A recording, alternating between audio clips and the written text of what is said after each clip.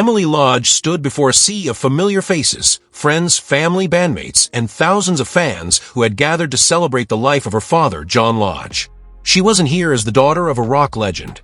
She was here as his little girl. The one who sat on his lap during rehearsals, who fell asleep backstage to the sound of his bass, who knew the man behind the spotlight better than the world ever could. Her voice trembled slightly, but her posture held steady, because this wasn't a farewell to a stranger on a stage. This was a message to the man who raised her, protected her, and shaped her entire world. "Hi, Dad," she began softly, as though she were speaking directly to him. "I know you'd hate a big fuss like this. You'd tell me to keep it simple. But nothing about you was ever simple. You were larger than life, but somehow, you were still my safe place. So today, I want to tell your story, not as the world knew you, but as I knew you." She paused and smiled, a tear slipping down her cheek. "When I was little, I thought my dad was a superhero. Not because of the guitar or the crowds or the lights, but because no matter where in the world you were, you always found a way to make me feel like I was your entire world. I'd watch you on stage and wonder how someone could be both a star and just dad. But you managed to be both, effortlessly." The screen behind her flickered to life with old family photos. John holding Emily in his arms at the beach, reading bedtime stories, sitting at the piano together, and watching her twirl in a little white dress. The crowd exhaled softly as those intimate memories painted a picture far beyond the stage lights. "You taught me how to love music," she continued, "but more than that, you taught me how to listen to it. You'd always say, 'Emily, don't just hear the notes. Feel what they're saying.' And that was how you lived your life, too. You felt deeply. You loved deeply. And you gave that love to me in 1,000 little ways." She took a deep breath and laughed softly through her tears. Growing up with you meant that other kids thought my dad was cool because he was in a band. But to me, you were cool because you made the best breakfasts on Sunday mornings. Because you always called me my girl, and said it with so much warmth. Because you never missed the important moments, even when you were halfway across the world.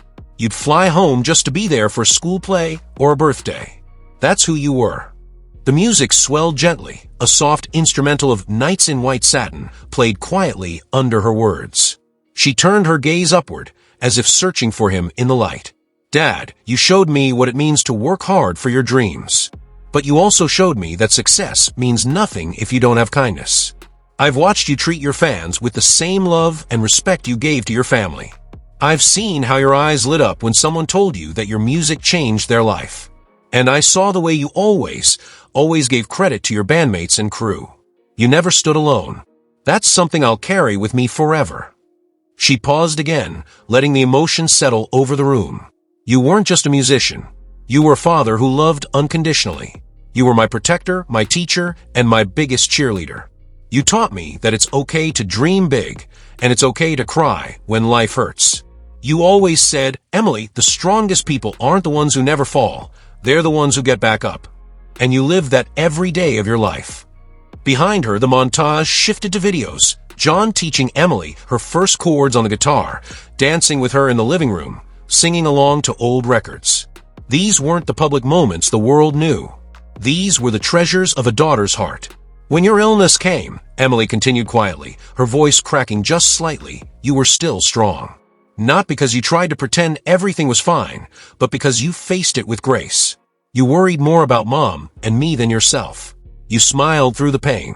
You told me, 'Don't be afraid of goodbye. Every ending is just another verse in the song.'" She closed her eyes briefly, remembering. "And in your final days, you held my hand and told me that your greatest achievement wasn't the gold records or the sold-out tours or the awards. You said it was us, our family. You said being my dad was the best thing you'd ever done.